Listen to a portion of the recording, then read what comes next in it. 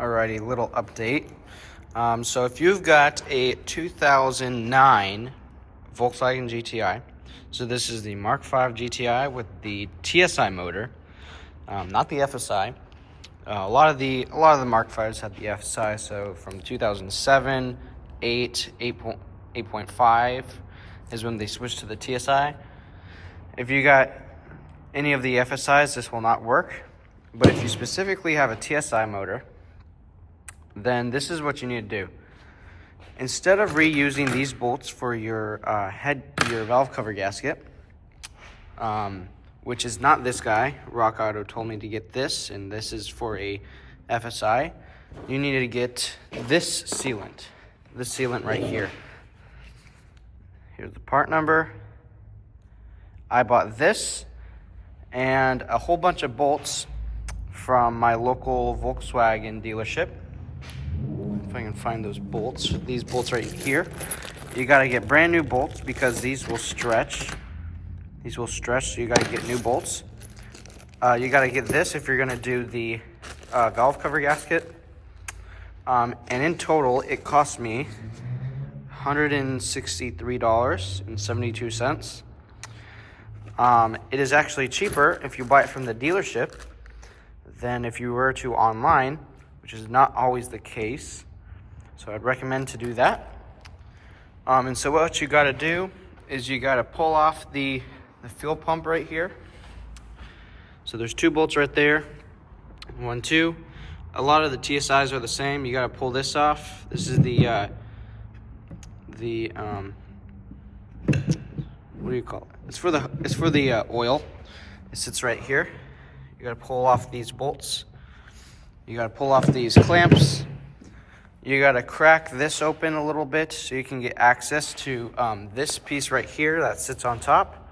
So that piece holds on 1, 2, or just one bolt.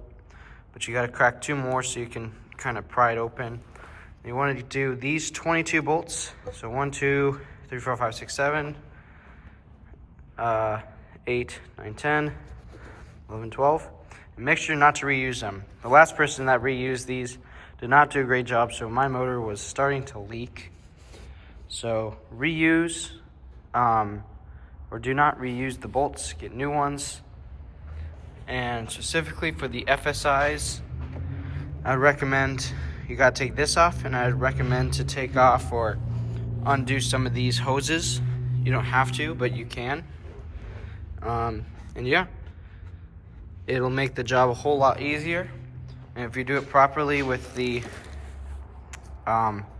correct sealant and bolts, then it will not be tough. Alrighty, I have just now applied this sealant right here. You want to make sure you completely clear off and clean this surface beforehand. It's very you don't want any bumps or grooves in there. And also, if you want to lightly clean this, like you can still see here some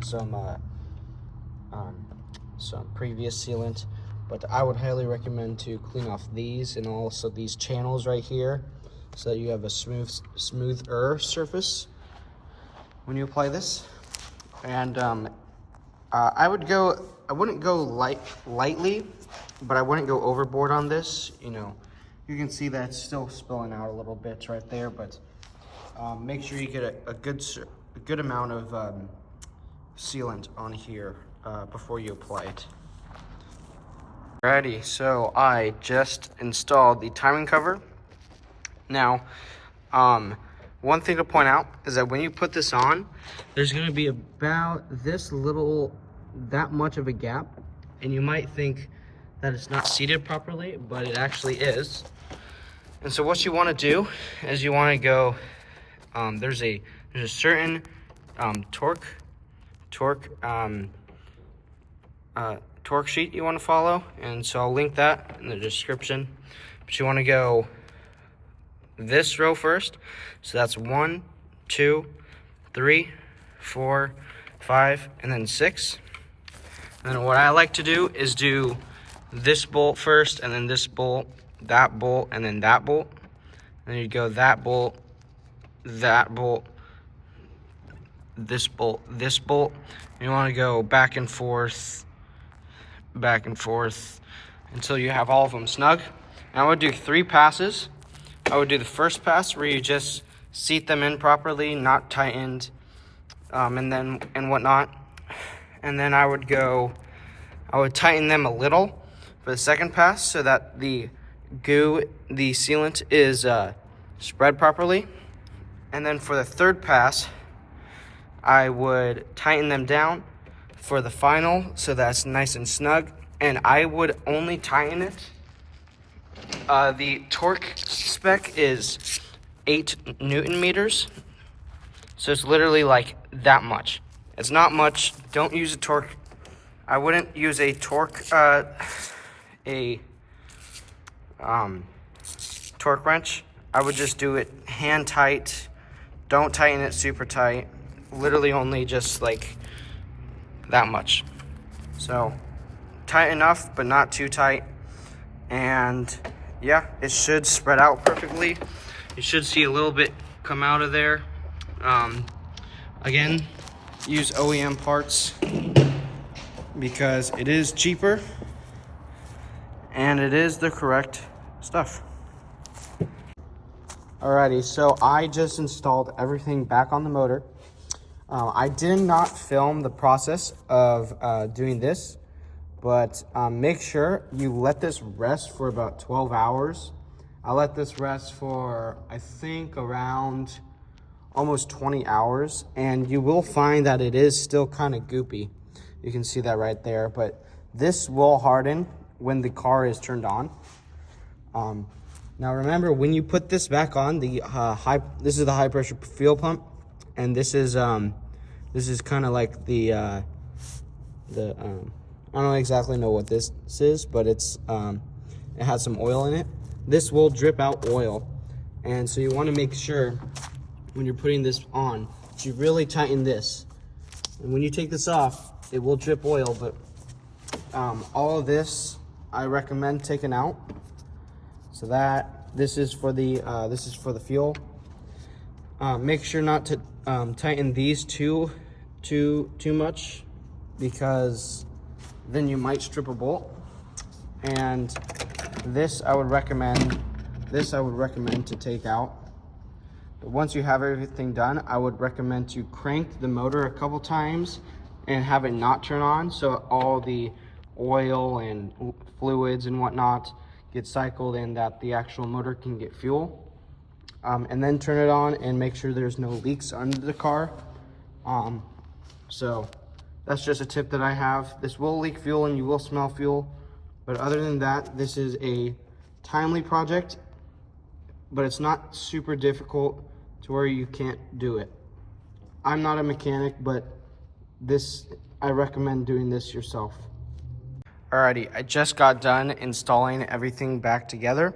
So I installed this. This is for the AC.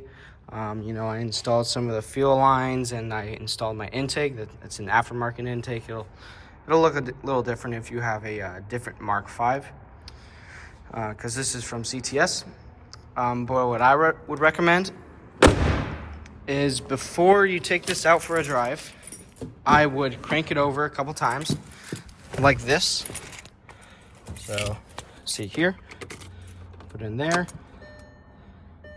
and you go kind of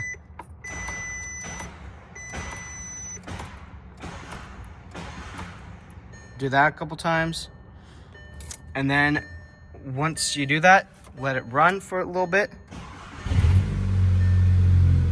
I would recommend to let it run for probably 3 to 5 minutes.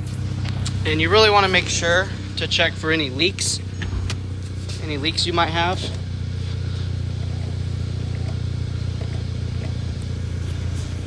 Under the car and under the engine bay. So it looks like we have no leaks. So we're all good. Let's take it for a drive.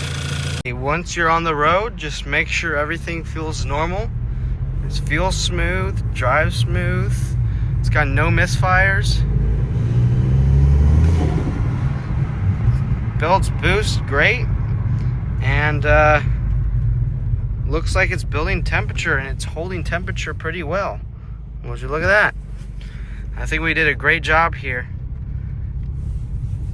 If you want to like the video, that'd be much appreciated. I'll give you guys some links to other videos and what parts I used. But other than that, have a great day. See ya.